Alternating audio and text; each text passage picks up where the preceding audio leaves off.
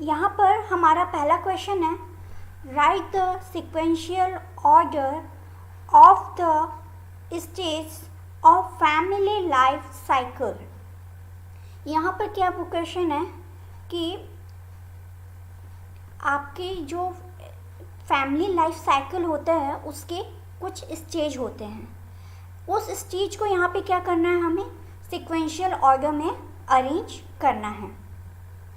तो इसमें पहला स्टेज दिया है एस्टेब्लिशिंग स्टेज, सेकंड है श्रिंकिंग स्टेज, थर्ड है चाइल्ड रियरिंग स्टेज, फोर्थ है एक्सपेंडिंग स्टेज एंड फिफ्थ है empty nest stage. In stage को हमें क्या करना है, सिक्वेंशियल ऑर्डर में अरेंज करना है एंड उनके कोड दिए हुए हैं A, B, C और D। हमें यहाँ बताना है कि कौन सा जो कोड होगा वो करेक्ट आंसर होगा। मैं जो भी बोल रही हूँ वो आपको अप्रॉक्स 30 to 40 सेकेंड्स क्या है वो डिले डिलीवर्ड होगा। सो कुछ भी चीज़ें हैं तो आप कमेंट के थ्रू बताइए, मैं देखती हूँ उसके अकॉर्डिंग क्या होता है और उसके अकॉर्डिंगली रिप्लाई करने की कोशिश करूँगी। अभी आप जल्दी से इसका रिस्पॉन्स बताइए कि इस क्वेश्चन का क्या रिस्पॉन्स होगा। Write the sequential order of the stages of family life cycle: establishing stage, shrinking stage, child rearing stage, expanding stage और empty nest stage।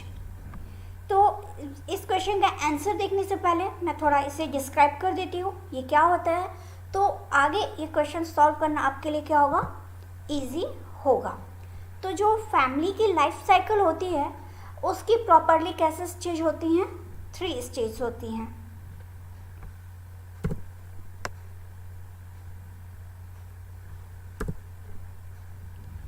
Beginning style, expanding stage और कॉन्ट्रैक्टिंग स्टेज। बिगनिंग स्टेज में आप बोल सकते हैं ये जो अभी आपकी स्टेज चल रही है वो स्टेज हो गई, जैसे कि आपका कैरियर बनाने वाला स्टेज हो गया, फिर कैरियर बन गया तो क्या करते हैं, मैरिज करते हैं, ये क्या हो गया, बिगनिंग स्टेज हो गया। ठीक है, आइए समझ में। बिगनिंग स्टेज मीन्स हो गया आपका कैरियर बनाना और मैरिज करना। फिर एक्सपेंडिंग स्टेज में आपका चाइल्ड रेयरिंग स्टेज आता है। ठीक है, फिर है कॉन्ट्रैक्टिंग स्टेज में क्या होगा, फिर जब child rearing and child bearing stage हो गई तो वो क्या करेंगे, वो अपना सेल्फ घर बनाएंगे, ये सब करेंगे, ये सब चीज़ें आ जाएंगी किसमें, कॉन्ट्रैक्टिंग स्टेज में। तो यहाँ पे हमें अरेंज करना है, तो एस्टैब्लिशिंग स्टेज में आपका किस में आ गया, बिगनिंग स्टेज में आ गया। चाइल्ड रेयरिंग स्टेज भी आपका किस में आ गया, एक्सपेंडिंग स्टेज में आएगा। ठीक है, तो उसके अकॉर्डिंगली करेक्ट आंसर क्या होना चाहिए, करेक्ट आंसर बी होना चाहिए। सबसे पहले आएगा एस्टैब्लिशिंग स्टेज के बाद चाइल्ड रेयरिंग स्टेज होगी तो एक्सपेंड ऑटोमेटिकली हो गया, तो उसके बाद हो गया expanding stage.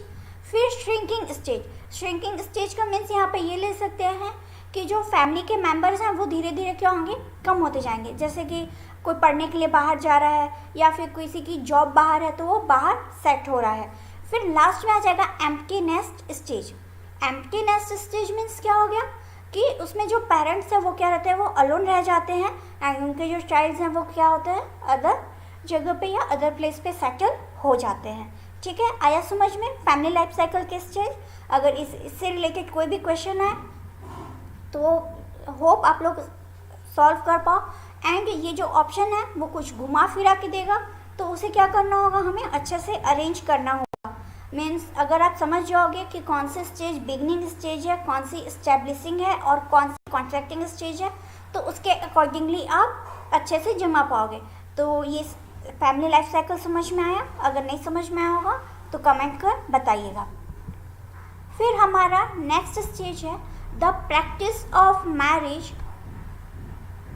With in the boundaries of kin group, clan lineage, village and social classes known as exogamy, endogamy, hypogamy and hypergamy।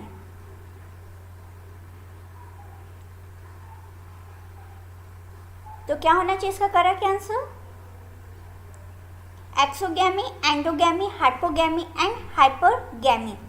यहाँ मैं आपको कुछ चीज़ बताना चाहूँगी, जैसे कि जनरली क्या होता है, जो मैरिज होती है वो बहुत सारे टाइप्स पे रहती है, डिपेंड रहती है कि किस टाइप की फैमिली है, क्या है, बट एक वर्ड रहता है, पर्टिकुलर वर्ड रहता है।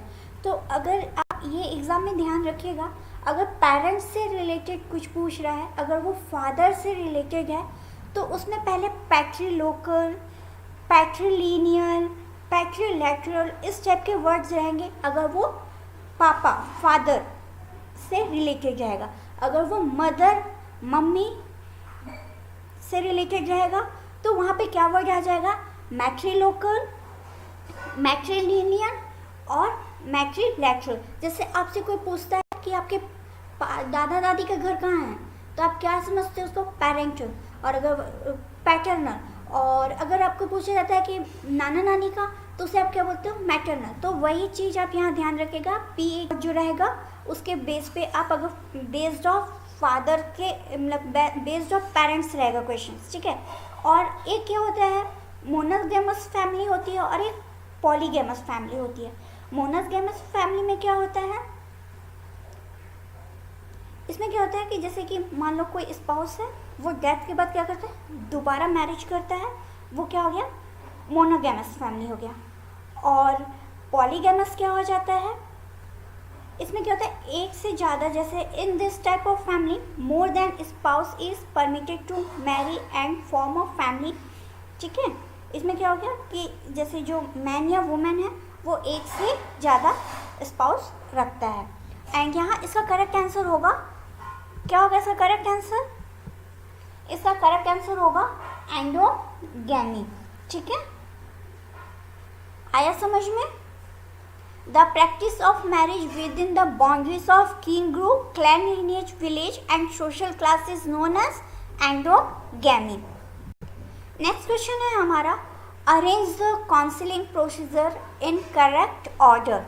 जो काउंसलिंग का प्रोसेस है उसे हमें क्या करना है, करेक्ट ऑर्डर में जमाना है। पहला है एनालिसिस, दूसरा है सिंथेसिस, तीसरा है डायग्नोसिस, फोर्थ है प्रोग्नोसिस, फिफ्थ है काउंसलिंग एंड सिक्स्थ है फॉलोअप। तो जो ये काउंसलिंग का प्रोसीजर है ये अभी तक आपके एग्ज़ाम में क्वेश्चन नहीं आया है, ये मैंने सेल्फ कुछ स्टेप्स वगैरह बनाए हैं, सो यहाँ आपको क्वेश्चंस प्रोवाइड कर रही हूँ। पहला है analysis, synthesis, diagnostics, prognosis, counselling और फॉलोअप। इसके कोड्स हैं 1 2 3। सॉरी, रूम में आप जाओ चेक करो को, मैं आके दे रही हूँ, आप जाओ। तो पहला ऑप्शन है 1 2 3 4 5 6, बी में है 5 4 3 2 1 एंड 6, सी में है 3 2 1 4 5 6। तो इसका करेक्ट आंसर क्या होना चाहिए,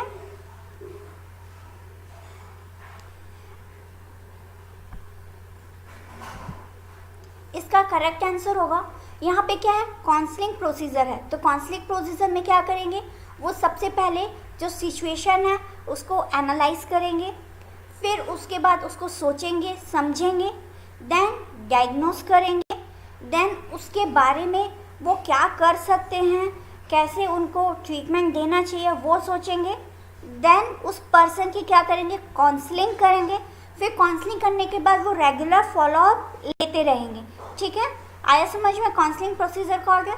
सबसे पहले सिचुएशन का एनालाइज करेंगे, एनालाइज करने के बाद सिचुएशन को देखेंगे, समझेंगे, फिर सिचुएशन को डायग्नोस करेंगे, फिर पहले क्या एनालाइज किए, फिर सिचुएशन को सोचे कि इसमें क्या क्या चीज़ें हैं, फिर डायग्नोस किए, फिर उससे रिलेटेड क्या क्या उनको स्टेप्स लेने चाहिए वो लेंगे, देन काउंसलिंग करेंगे, फिर काउंसलिंग लेने के बाद रेगुलर उसके बेटर रिजल्ट के लिए क्या करेंगे, फॉलोअप करेंगे, ठीक है। ये क्या हो गया, काउंसलिंग प्रोसीजर हो गया। फिर which is not 4 common ingredients of MBO। इनमें जो दिया है यहाँ ऑप्शंस, इनमें से MBO के 4 कॉमन इंग्रेडिएंट्स कौन कौन से नहीं हैं। A. Goal specified. B. Participative decision making. C. Program and explain time period. D. Feedback. And E. Controlling.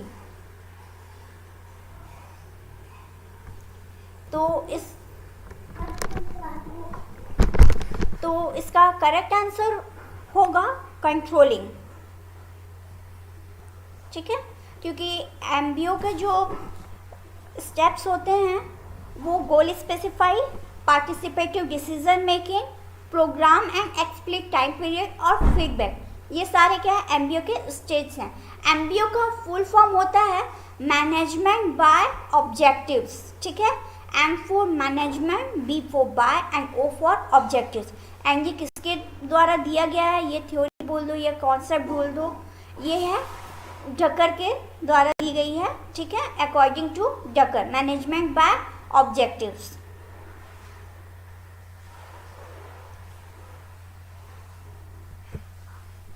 फिर यहाँ पे अब देखेंगे एक और क्वेश्चन बन सकता है एग्जाम के लिए कि जो एमबीओ है मैनेजमेंट बाय ऑब्जेक्टिव्स है, उसके यहाँ पे क्या करना है, आपको स्टेप्स को अरेंज करना है। पहला स्टेप है डिफाइन ऑर्गेनाइजेशन गोल, दूसरा स्टेप है define employees objectives, third steps है continuous monitoring performance and progress, fourth steps है परफॉर्मेंस इवेल्युएशन, फिफ्थ है प्रोवाइडिंग फीडबैक एंड सिक्स्थ है परफॉर्मेंस अप्रेजल।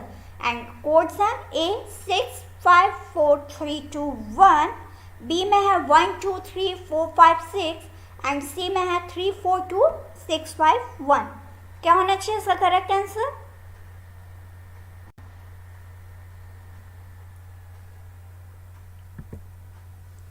इसका करेक्ट आंसर है 6 5 4।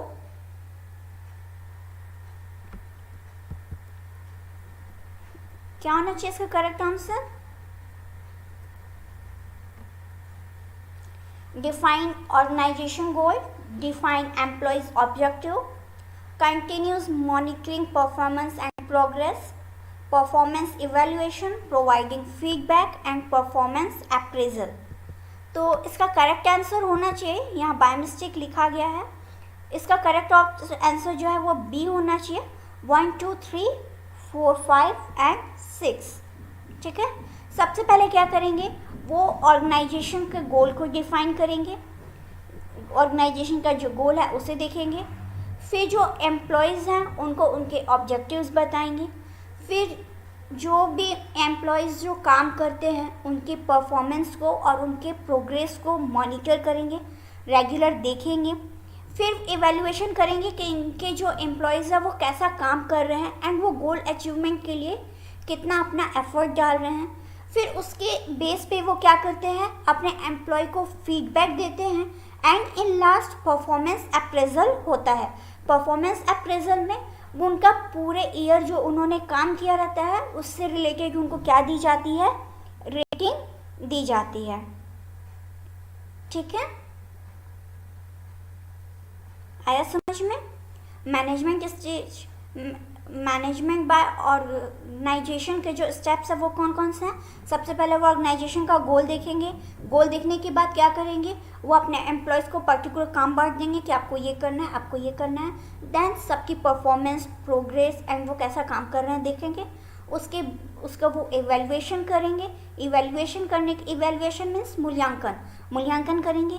देन उससे रिलेटेड उनको फीडबैक देंगे कि आप अच्छा काम कर रहे हो, गंदा काम कर रहे हो।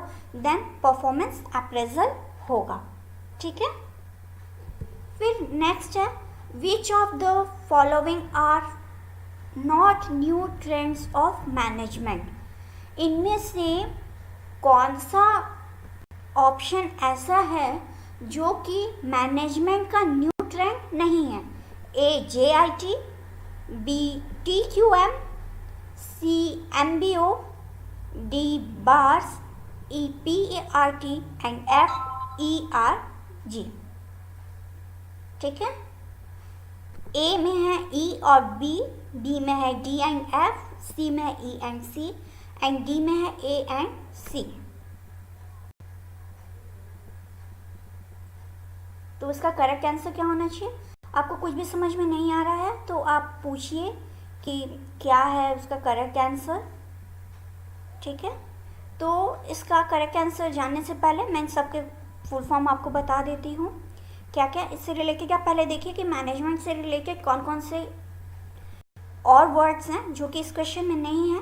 JIT, TQM, SPC, ISO 9000, SOP, STS, KOT, BPA, BAR, GMP, CCP और BEP, ये सारे जो वर्ड्स हैं मैंने ये कहाँ से लिए हैं, आपके वहाँ से लिए हैं। ये प्रीवियस ईयर क्वेश्चंस थे, ये सारे वर्ड्स निकाले हैं। तो जिसमें JIT का मीनिंग क्या होता है, जस्ट इन टाइम, एंड ये क्या है, एक टाइप का मैनेजमेंट स्टाइल है, ठीक है। फिर है आपका TQM, time quality management, and ये जैसे आपका MBO क्या था, बायडेकर था, वैसे ये क्या है, बायजुरन है, ठीक है, time quality management. SPC statistical, यहाँ पर स्पेलिंग मिस्टेक हो गई है, थोड़ा मार्क कर लीजिएगा, statistical process control SPC। ISO 9000 ये क्वालिटी मैनेजमेंट से रिलेटेड रहता है। ये सर्टिफिकेट जब इनकी क्या है, रेगुलेशन रहती हैं, जब रहता है कि पर्टिकुलर ऑर्गेनाइजेशन या वो जो भी उनके रूल्स हैं, रेगुलेशंस हैं, उनको जब तक वो फॉलो नहीं करेगा तब तक उनको ISO 9000 का क्या मिलता है, सर्टिफिकेट नहीं मिलता है, जब तक उन्हें वो क्वालिटी नहीं आती। जैसे उन्हें वो क्वालिटी आएगी ISO 9000 सर्टिफिकेट उनको इशू कर दिया जाता है, ठीक है। फिर है SOP स्टैंडर्ड ऑपरेटिंग प्रोसीजर। फिर है STS sequence tagged site. KOT kitchen order ticket, ये क्या है, सर्विस फील्ड से रिलेटेड वर्ड है। KOT किचन ऑर्डर टिकट, ये जब भी आप होटल वगैरह रेस्टोरेंट वगैरह में जाते हैं एंड आप क्या करते हैं, अपना फूड ऑर्डर देते हैं, तो वो क्या होता है, KOT बेस पर काम करता है। फिर नेक्स्ट है BPA business publication audit of circulation. ये किसी ने टेलीग्राम चैनल पर इससे रिलेटेड क्वेरी भी की थी। तो इसका फुल फॉर्म क्या होता है, business publication audit of circulation, and ये किससे रिलेटेड है, परचेस रिलेटेड वर्क करता है। फिर आता है आपका बार का फुल फॉर्म हो गया बेस्ट अवेलेबल रेट, एंड ये परफॉर्मेंस अप्रेजल से रिलेटेड रहता है। ये मैच द फॉलोइंग में आपका क्वेश्चन दे देगा, KOT, BPA, BAR, GMP, and option दे देगा purchase related, service field, technique of production, performance appraisal. तो आपको वहाँ मैच द फॉलोइंग करना होगा। तो ये किस फील्ड से रिलेटेड काम कर रहे हैं, आपको ये भी याद करना बहुत ज़्यादा ज़रूरी है, ठीक है। बार का क्या हो गया, परफॉर्मेंस अप्रेजल। फिर आपका GMP gross manufacturing practice, technique of production, manufacture से क्या हो गया, प्रोडक्शन, आप ऐसे भी लिंक कर याद कर सकते हो। CCP क्रिटिकल कंट्रोल पॉइंट, इसमें क्या होता है, सेफ्टी मेजरमेंट होता है। आपने अगर हैकअप अच्छे से पढ़ा होगा तो उसमें CCP के बारे में बहुत अच्छे से पढ़ा होगा कि उसमें कैसे हाइजीन और सैनिटरी वगैरह को ध्यान में रखने के लिए जो भी कंपनीज़ हैं उनको गाइडलाइंस दी जाती है। तो सेफ्टी से रिलेटेड क्या हो गया, CCP critical control point. BEP break even point, financial measure के लिए क्या किया जाता है, BEP का यूज़ किया जाता है, break even point. PERT programme evaluation and review technique, programme का जो इवेल्युएशन है एंड उसका रिव्यू, इन दोनों को इवेल्युएशन एंड रिव्यू करने की टेक्निक ही क्या है, PERT है। फिर नेक्स्ट है ERG एनर्जी मेजरमेंट। ERG में क्या होता है, एनर्जी का जो मेजरमेंट है वो जूल्स में किया जाता है, ठीक है।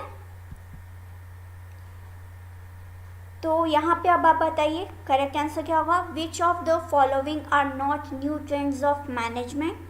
तो इसका करेक्ट आंसर होगा बार्स एंड ERG, ये क्या है, न्यू ट्रेंड्स मैनेजमेंट के नहीं हैं। आया समझ में मैंने जो भी बताया अभी तक। अगर नहीं आया हो तो कमेंट करिए और बताइए कि करेक्ट आंसर क्या होगा।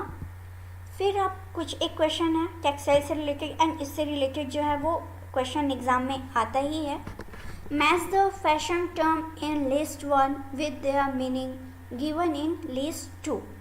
लिस्ट 1 में है classic, fad, horticulture, printed potter, and list 2 में exclusive custom fitted clothing, ready to wear, last through ages, and फिर नेक्स्ट लास्ट है शॉर्ट लाइफ क्रेज।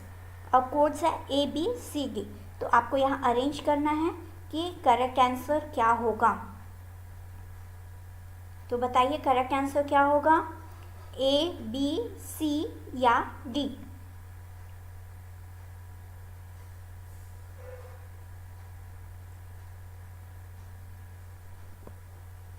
जल्दी बताइए इसका करेक्ट आंसर क्या होगा, A, B, C, D।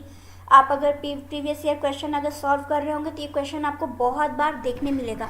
And आज मैं जो भी बताई हूँ वो पढ़ने में बोरिंग लगेगा, इंटरेस्टेड नहीं लगेगा, एंड क्या होगा, बट हम कल देखेंगे, परसों देखेंगे, बट ये जो है इससे रिलेटेड कुछ ना कुछ क्वेश्चन, चाहे आप एसेसन रीजन में बोलो या फिर मैच द फॉलोइंग या अरेंज करने में, एक ना एक क्वेश्चन कहीं भी पुट होगा। तो अच्छे से ध्यान दीजिएगा, कुछ भी समझ में नहीं आए तो पूछिएगा। तो देखिए मैं यहाँ पे आपको डायरेक्ट आंसर बता देती हूँ, उसके बाद हम देखेंगे और जो भी टर्म्स प्रीवियस ईयर क्वेश्चन में यूज़ किए गए हैं वो मैं यहाँ पर दिखा रही हूँ आपको। जैसे एक है अवांट ग्रेड, इसका अनऑर्थोडॉक्स फैशन, ठीक है। अवांट ग्रेड का मीन्स क्या लिया गया है, अनऑर्थोडॉक्स फैशन। फिर एक वर्ड है toil, less expensive version of original. आप एक तरह से आपने रेप्लिका वर्ड सुना होगा। रेप्लिका मीन्स क्या होता है कि जैसे कि आप जूबी है, MK है, दामिलानो है, इन सब के बैग अगर आप ओरिजिनल में देखने जाओगे तो आप उन्हें परचेज नहीं कर पाओगे। एंड वही उनका जो रेप्लिका है आपको इजीली 1000-2000 में मिल जाता है। जिनकी एक्चुअल प्राइस लैक्स में रहती है वो आपको 1000 में मिल रहा है। तो वो क्या हो गया, replica, less expensive version of original, ठीक है। Toil means replica, less expensive version of original. फिर है fashion monger, popular the current fashion. जो फैशन मॉन्गर रहते हैं वो क्या करते हैं, जो करंट फैशन जो ट्रेंड में चल रहा है उसको क्या करते हैं, पॉपुलर करते हैं, ठीक है। फैशन प्लेट, आप देखेंगे आपके स्कूल में, कॉलेज में, या आपका कोई फ्रेंड होगा तो आप बोलते होंगे कि अरे यार ये लड़की तो ऐसी है, जैसी कोई भी नया फैशन आता है उसको तुरंत ही, सबसे पहले हम कोई भी नया फैशन आता है वो हम इससे ही यूज़ करते हुए देखते हैं या यही ट्राई करती है। तो वो लड़की क्या हो गई आपकी, वो लड़की भी रिलेटिव है, वो आपकी फैशन प्लेट हो गई। मीन्स वो एक तरह से फैशन प्लेट इसलिए कहा जा रहा है क्योंकि जो भी नया फैशन आ रहा है उसे वो क्या कर रही है, सबसे पहले अडॉप्ट कर रही है, यानी सबसे पहले अपना रही है, ठीक है। फैशन प्लेट आप अच्छे से याद रखिएगा कि आपकी कोई भी फ्रेंड्स हैं जो भी जल्दी से झट से किसी भी फैशन को, किसी भी ट्रेंड को ईजिली अडॉप्ट कर लेती है, अपना लेती है, वो क्या है, एक फैशन प्लेट है, ठीक है। फिर है बी स्पोक, इसे आप दो वे में ले सकते हैं, एक कस्टमाइज और एक कस्टम टेलर। कस्टमाइज में क्या हो जाएगा, वो आपके अकॉर्डिंगली कस्टमाइज करेगा, एंड कस्टम टेलर में क्या हो जाएगा, आप इसका मीनिंग दो वे में ले सकते हैं, एक कस्टमाइज एंड कस्टम में आपका जैसे जो ट्रेंड से चल रहा है कि वो जैसे अब इंडिया का देखेंगे तो घाघरा वगैरह, धोती कुर्ता, ये सब क्या है, कस्टम वो है, कॉस्ट्यूम है, तो उन सब को बनाने वाला भी बेस्पोक में आ जाएगा। फिर आपके यहाँ क्वेश्चन के अकॉर्डिंग देखिए, classic, last through ages, means classic क्या हो गया, वो हमेशा चलते रहेगा, वो कभी नया और कभी पुराना नहीं होगा, ठीक है। फैट, शॉर्ट लाइफ क्रेज, आप देखेंगे कोई कपड़ा क्या होता है, बहुत जल्दी ख़राब हो जाता है, तो हम क्या बोलते हैं, अरे यार ये कपड़ा मैंने अभी ख़रीदा था, 2 बार ही पहना और ये क्या हो गया, फैड हो गया। तो वो क्या हो गया, शॉर्ट लाइफ क्रेज, मतलब उसकी जो लाइफ थी, जो कि उसका यूज़ करने का ड्यूरेशन था, वो क्या था, बहुत कम था, ड्यूरेबिलिटी भी उसकी बहुत कम थी, इसीलिए यहाँ फेड वर्ड किसके लिए यूज़ किया जा रहा है कि जो कपड़ा क्या होता है उसको उतनी यूटिलिटी नहीं होती जितनी की होनी चाहिए। फिर एक वर्ड है haute couture, exclusive custom fitted clothing, ठीक है। Exclusive, haute couture means exclusive.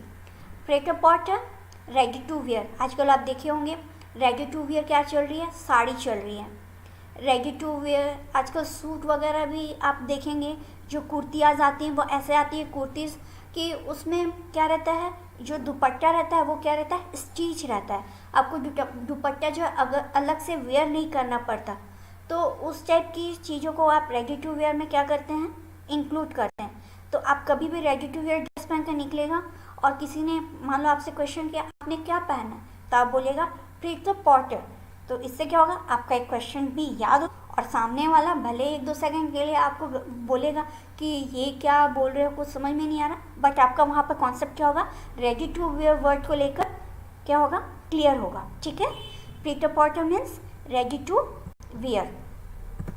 तो अब इस क्वेश्चन का बताइए करेक्ट आंसर क्या होगा। क्लासिक का हमारा हो गया लास्ट थ्रू एजेस, बी का थर्ड है।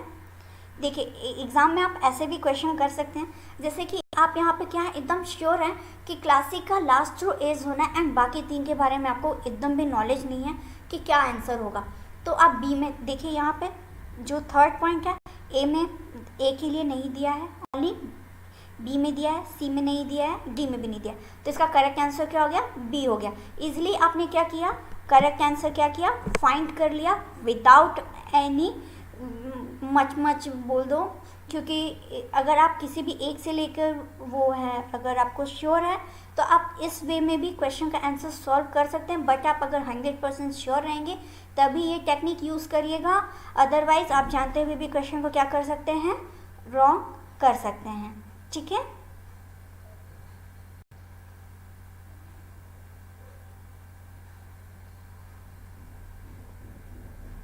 ठीक है, क्लासिक मीन्स यहाँ पर मैंने ये बोला है लास्ट टू एजेस मीन्स इनका कभी भी फैशन ख़त्म नहीं होता, ये हमेशा चलते रहते। कुछ चीज़ जैसे कि आप कुछ चीज़ों को देखेंगे कि जो कि रेगुलर चल रहा है वो कभी ख़त्म नहीं होता। जैसे आप बोलोगे अभी क्या कोई ड्रेस मान लो ए लाइन ड्रेस है, अभी ए लाइन ड्रेस क्या बहुत ज़्यादा मतलब फैशन में है, तो सब कोई क्या करेंगे, उसी को यूज़ करेंगे। जैसे बीच में अनारकली सूट चला था, तो उस टाइम क्या था, सब कोई वो अनारकली सूट ही यूज़ कर रहे थे, एंड एक टाइम आया कि अनारकली सूट का क्या हुआ, फैशन ख़त्म हो गया, तो वो क्लासिक में नहीं आएगा। बट जो क्या है लंबे समय से चल रहे हैं, जो कि कभी ख़त्म नहीं होते, मीन्स जिनका जो ट्रेंड है कभी ख़त्म नहीं होगा, जैसे हमारे जो डेली वेयर भी आप क्लासिक के अंदर ले सकते हो, ठीक है।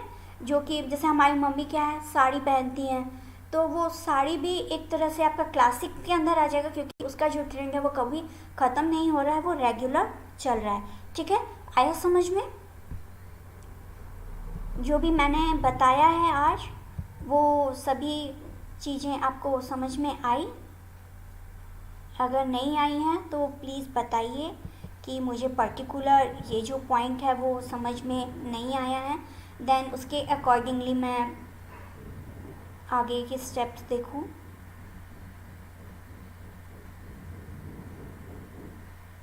ओके, कोई डाउट नहीं है, तो आज की क्लास में यही था। और अगर अभी भी आपको कोई डाउट बचा है तो आप टेलीग्राम चैनल पर ज्वाइन करिए, और मैं वहाँ पर आपके जो भी डाउट होंगे वो क्लियर करने की पूरी से पूरी कोशिश करूँगी, और जल्दी से जल्दी रिप्लाई देने की कोशिश करूँगी। और कोई भी डाउट है आप टेलीग्राम चैनल पर पूछिए। एंड कल मैंने आप सभी को 2018 का पेपर सॉल्व करने बोला था, एंड मुझे बहुत बुरा लगा, एक बंदे ने भी नहीं बोला कि मैम मैंने सॉल्व किया है। अगर आप ही अपना एफर्ट नहीं डालोगे तो कैसे बनेगा। अब मैं यहाँ वीडियोस बना के डाल रही हूँ, आप उसे देख रहे हो नहीं देख रहे हो, उसका कोई बेनिफिट नहीं है। अगर आप उसे देखोगे एंड एग्ज़ाम में वही क्वेश्चन आ गया तो आपको क्या लगेगा, अरे वाह ये मैंने पढ़ा था और ये एग्ज़ाम में आ गया, एंड वहाँ पे आपके 2 मार्क्स क्या हो जाएंगे, सिक्योर हो जाएंगे। एंड जब जो नेट है ना पॉइंट से रुकता है ना, बहुत बुरा लगता है, बहुत ज़्यादा बुरा लगता है जब नेट क्या पॉइंट से रुकता है। आपका सब मान लीजिए 60.28% आ रहा है एंड जो JRF है वो 60.50 गया है, तो आप सोचिए आपको कितना बुरा लगेगा कि पॉइंट से ओनली 0.20 समथिंग परसेंट मतलब मार्क्स के कारण आपका क्या हो गया, JRF रुक गया। सो थोड़ा एफर्ट डालिए, पढ़िए, जो भी समझ में नहीं आ रहा है पूछिए और अपनी जो प्रिपरेशन है वो अच्छे से अच्छे दीजिए, ठीक है। अच्छे से अच्छी प्रिपरेशन कीजिए और मन लगाकर पढ़िए। मॉर्निंग का पढ़ा हुआ हमेशा याद रहता है। अगर हो सके तो मॉर्निंग उठकर पढ़िए और मेडिटेशन वगैरह करिए। तो ये सब चीज़ों से भी क्या होता है, आप जो पढ़ते हैं वो माइंड में एब्जॉर्ब होता है, बॉडी जो होती है वो रिलैक्स होती है। Thank you for watching, keep watching, stay tuned with Sonal's academy. और अगर आपको मेरी ये क्लास अच्छी लगी होगी तो ज़रूर लाइक करिएगा और मेरे चैनल को अगर अभी तक आपने सब्सक्राइब नहीं किया है तो प्लीज़ सब्सक्राइब करिएगा और बेल आइकन पर प्रेस करना ना भूलें, क्योंकि बेल आइकन पर प्रेस करेंगे तो मैं जब भी लाइव आऊँगी तो उसका जो नोटिफिकेशन है वो आप तक तुरंत पहुँच जाएगा। Thank you, best of luck, do your best.